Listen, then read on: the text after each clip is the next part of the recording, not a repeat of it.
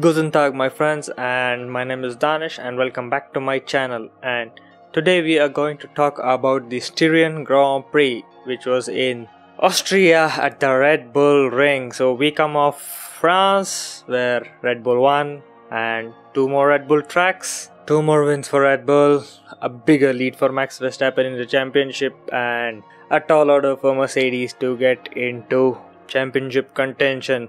So let's just get started.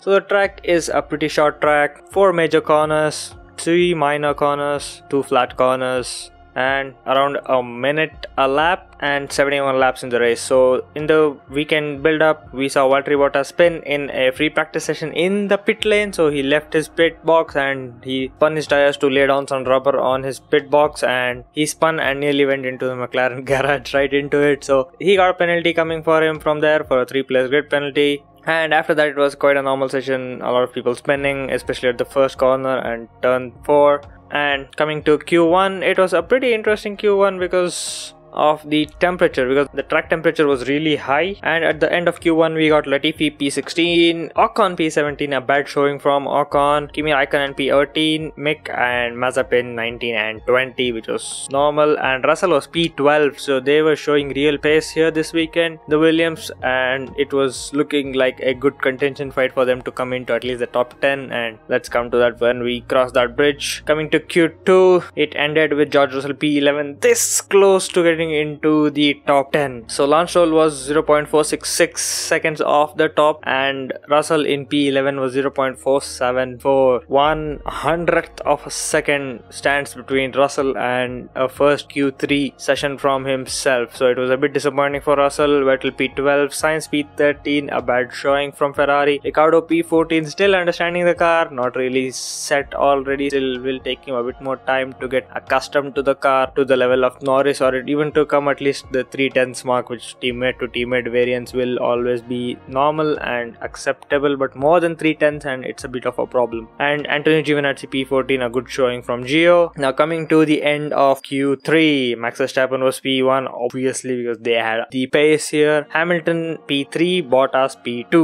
but Bottas has a 3-place grid penalty, so he will be pushed down to P5, and Norris from P4 will be pushed up to P3, Perez P5 to P4, Gasly P6, Leclerc P7, Tsunoda P8, Alonso P9 and Stroll P10. And Tsunoda has a penalty coming for him because he obstructed Valtteri Bottas in qualifying. So 3-place drop for Tsunoda pushed him to P11 and pushed our boy George Russell into the top 10. But he gets free tire choice because he classified 11th, and Tsunoda does not get free tire choice because he classified in the top 10, and even though he's in 11th position, he has to use his medium tires, or I don't know which tires he used, whichever tires he used in Q2 as his starting tire. So that's a bit of a disappointment for Tsunoda, but George Russell P10, free tire choice, a good pace in qualifying. It was looking up to be a good start for them. Now lap 1 of the race. First time we have had chaos in lap 1. So turn 1 was pretty normal, everybody going 2-3 wide, but after that turn 2-3 were the big issue because there was people hitting each other. I think it was Leclerc who punted into Gasly, and Gasly got a puncture and he tried to evade, and in his evasion he hit Latifi and gave Latifi a puncture. I think he hit Kimi as well, yeah, or Kimi or Gio, one of the Alfa Romeos. So Gasly, by the time he came to the pits, he had suspension damage, so he retired his car. Latifi pit. Leclerc lost a bit of front wing when he hit, so he also had to pit for a front wing on lap 1. And the others in the starting, Leclerc had a good start, but yeah, the issue, Stroll had a good start, Russell had a good start, Tsunoda had a good start, Ricciardo had a good start, he came up all the way to 10th by lap 3. Vettel had a good start, Kimi had a great start from P18 to P14 on lap 1. Mazepin and May came up and left the other 3 accidental vehicles below them, and after that it settled down a bit. There were a bit of a fights in the midfield, and Russell was P8 by lap 13 or so, and he was holding that position really well because Alonso was in the front of the train and he was the blockage. So Russell was getting DRS, Tsunoda was getting DRS, Sainz was getting DRS, Vettel was getting DRS. So this was a DRS train that was happening between these people that helped Russell stay in the position of 8th and gave so much hope for us to see a Williams get points finally this year after having such a long slump of the last 3 years. But then disaster for Russell because he had pneumatic pressure leak, which was the air pressure lines that are used in the vehicle for gear shifting and all of that stuff, and he had to pit early for the first round. I think it was on lap 28, and after that the hope or spark of Williams being in the top 10 was gone. He was back to the bottom and he was not looking as well as he used to look in the first 10 laps. Then Perez pit on lap 27 and he had a slow stop because of the right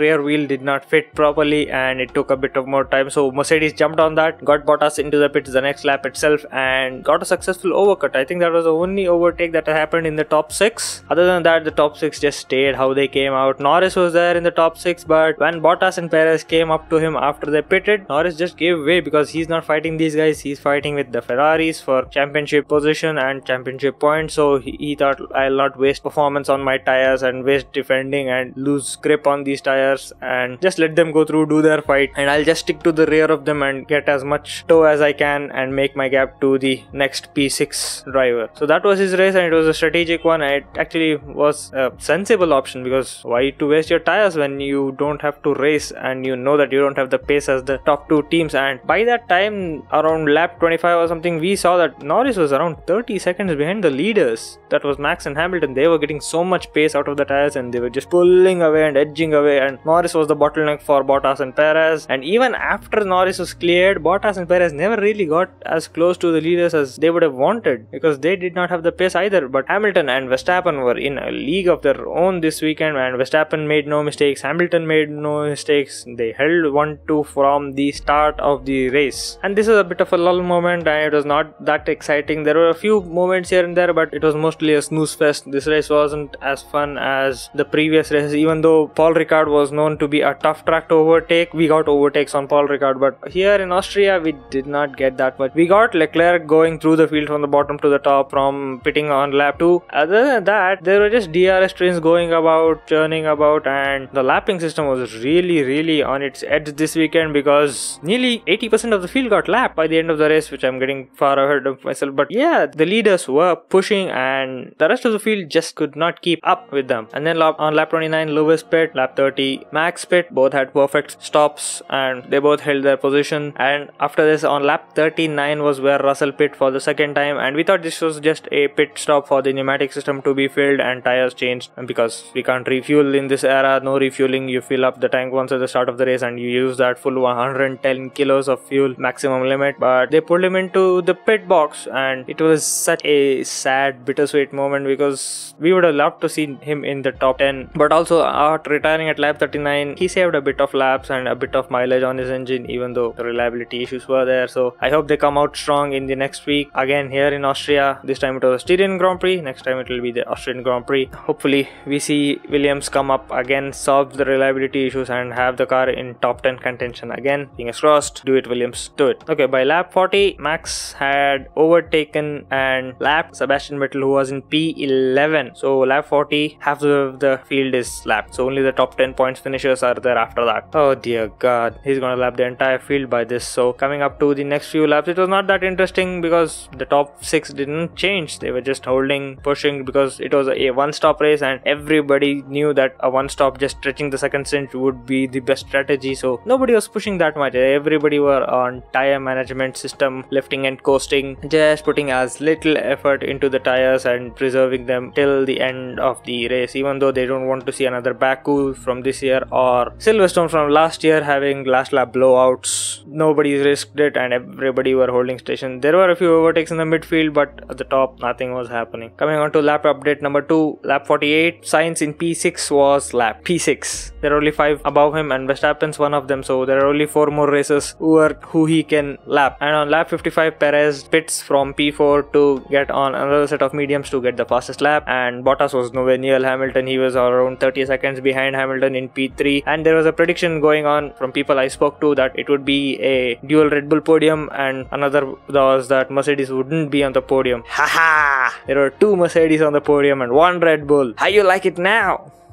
But overall it was not a good weekend for Mercedes. It was a good weekend for Red Bull, but double points finish, 1 point finish higher than Red Bull, just clawing back as much as they can. And Lewis also pits on lap 69 to get on the soft tires for the fastest lap because he was nowhere close to Verstappen. He could not chase him down, so he took the fastest lap on the last lap. So Verstappen came P1, Hamilton P2, Bottas P3 and Perez P4, with Hamilton getting the fastest lap point. And we had Lando Norris in P5, a good showing. He held his place. Sainz P6, good showing. Charles Leclerc P7 from lap 1 having a crash, 2 recovering all the way from the bottom to top 7 is a good showing. Lance Stroll P8, Alonso holding back Tsunoda and others who were behind him in a DRS train, really showing that he was a champion and he still has that skill. Yuki Tsunoda P10 after the penalty when he pushed him to P11. Kimi Raikkonen P11, this close to the points. Sebastian Vettel P12, not the best showing from him. Daniel Ricciardo P13, again not the best. Esteban Ocon P14, Antonio P15, Mick P16, Latifi P17.